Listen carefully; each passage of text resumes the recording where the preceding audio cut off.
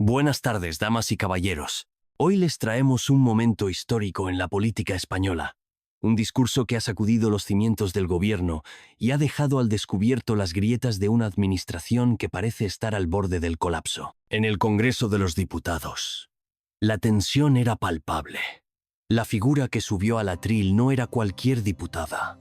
Era una voz firme, clara y decidida, dispuesta a decir lo que muchos callan. Con una mirada afilada y un porte erguido, comenzó un discurso que marcaría un antes y un después en el tablero político. El presidente del gobierno, Pedro Sánchez, mantenía un gesto pétreo, con el ceño fruncido, mientras su esposa, en primera fila, era escoltada por asesores y una prensa ávida de captar cada reacción. Los murmullos cesaron cuando la diputada comenzó a hablar. Su voz resonó firme, sin titubeos, cada palabra cargada de intención. Señor Sánchez, su tiempo se acaba. España está harta de sus mentiras, de sus manipulaciones, de su empeño en transformar nuestro país en un experimento ideológico donde la corrupción y el nepotismo son la norma. El hemiciclo contenía la respiración. La oposición asentía en silencio, mientras los ministros del gobierno miraban a su líder en busca de respuestas. Pero no había respuestas posibles. La diputada continuó, desgranando uno a uno los escándalos que han marcado esta legislatura. Usted, que prometió regeneración, ha convertido la Moncloa en un fortín de opacidad y desvergüenza. Nos ha engañado a todos, y hoy ha llegado el momento de poner las cartas sobre la mesa. La diputada no se detuvo. Habló de la esposa del presidente, de cómo su apellido se había convertido en un pasaporte de acceso a contratos millonarios, fondos europeos y favores de empresarios con oscuros intereses. No me interrumpa, porque esta es la verdad que los españoles tienen derecho a saber. Mientras el presidente se llenaba la boca con discursos de igualdad y justicia social, su entorno acumulaba privilegios con un descaro que avergonzaba incluso a aquellos que en su día confiaron en él. La esposa del presidente, en la tribuna, se removía incómoda. Las cámaras la enfocaban con insistencia, captando cada parpadeo, cada movimiento de sus manos. Pero la corrupción no se quedaba ahí. La diputada mencionó al hermano del presidente, quien, según ella, se había beneficiado del poder de su apellido y de su influencia. ¿Va a negar que ha recibido contratos con administraciones públicas mientras usted ocupaba el cargo más alto del Ejecutivo? ¿Va a seguir haciéndose el desentendido mientras la gente sufre el paro, la inflación, el precio de la vivienda disparado y el expolio fiscal que su gobierno ha impuesto con total impunidad? El presidente mantenía la compostura, pero sus dedos golpeaban la mesa con impaciencia. Sabía que no podía interrumpir, que cualquier gesto desmedido sería interpretado como una muestra de debilidad. Pero el golpe de la diputada estaba lejos de terminar. Y luego está Madrid.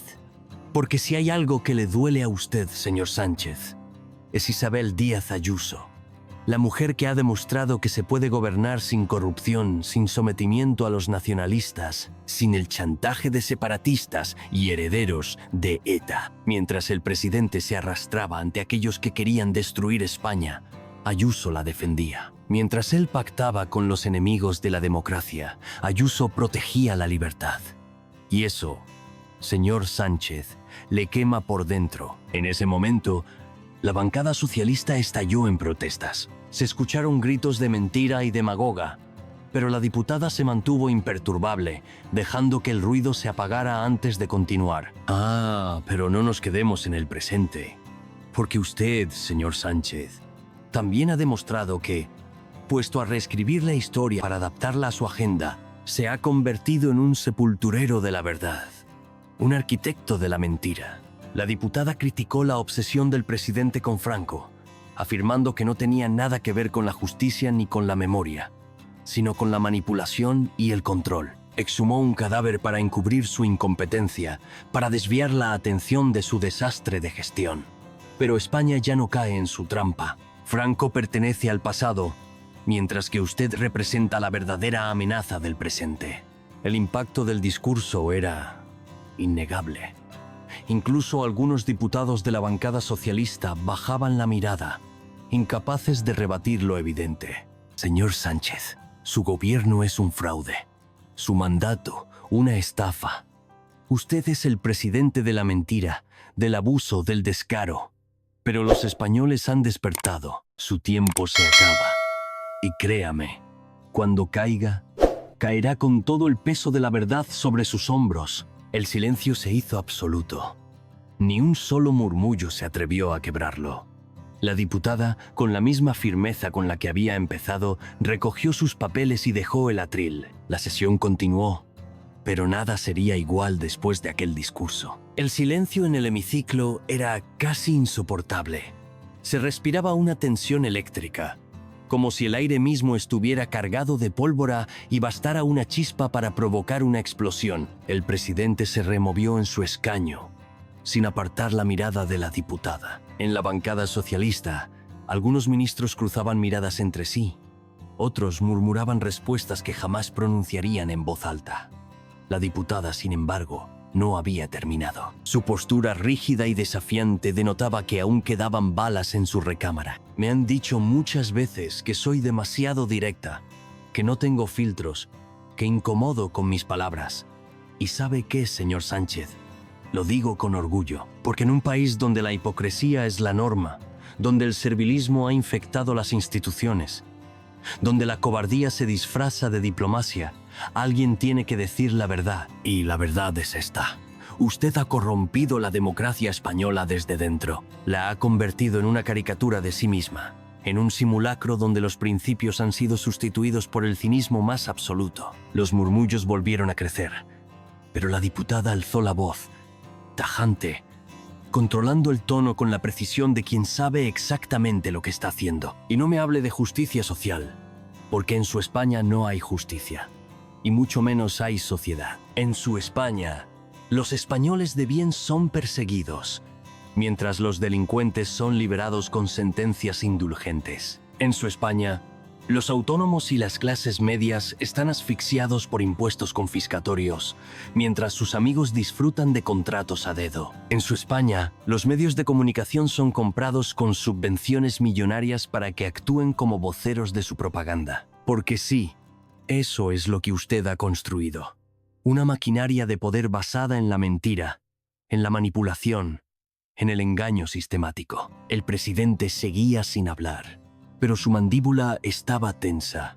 La vena en su sien palpitaba con fuerza. Sabía que cada palabra de la diputada era un dardo envenenado, cada frase un golpe que resonaba no solo en el hemiciclo, sino en los hogares de millones de españoles que en ese momento estaban pegados a la pantalla viendo el espectáculo. Y permítame hablar de su mayor logro, señor Sánchez, la normalización de la corrupción, porque no solo es su esposa, no solo es su hermano. Su corrupción es sistémica.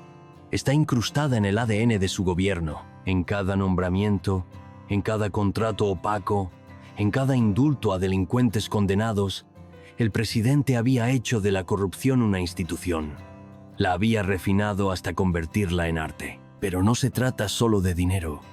Se trata de poder, de cómo lo usa, de cómo lo reparte, de cómo lo protege con una red de favores, de complicidades, de chantajes disfrazados de acuerdos políticos. La bancada socialista ya no solo murmuraba.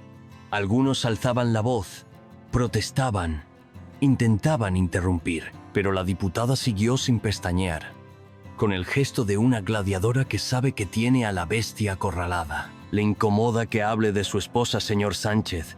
Le molesta que mencione el modo en que su gobierno ha desviado fondos a proyectos que casualmente han terminado beneficiando a ciertos sectores. Explíquele a España por qué su nombre aparece vinculado a operaciones de dudosa transparencia. Pero el presidente no lo haría. No lo haría, porque la corrupción de su gobierno era de una naturaleza más profunda. No se trataba solo de apropiarse de recursos, sino de apropiarse del país, de moldearlo a su imagen y semejanza, de transformarlo en un feudo personal donde la ley era un obstáculo, no un pilar. Los diputados socialistas estaban visiblemente alterados. Algunos se inclinaban hacia adelante, murmurando entre dientes, como si esperaran una señal del presidente para reaccionar. Pero él seguía, sin moverse, inmóvil, con las manos entrelazadas sobre la mesa, la respiración profunda y controlada. Y sabe ¿Qué es lo peor, señor Sánchez? Que usted no lo hace por convicción. No hay una ideología detrás de su política. No hay una visión de país. No hay un proyecto. Lo suyo es pura ambición, puro cálculo, pura supervivencia. El presidente no creía en nada más allá de su propia permanencia en el poder. Pactaba con quien hiciera falta, vendía a quien hiciera falta, traicionaba a quien hiciera falta. Y esa, señor Sánchez, es la peor corrupción de todas.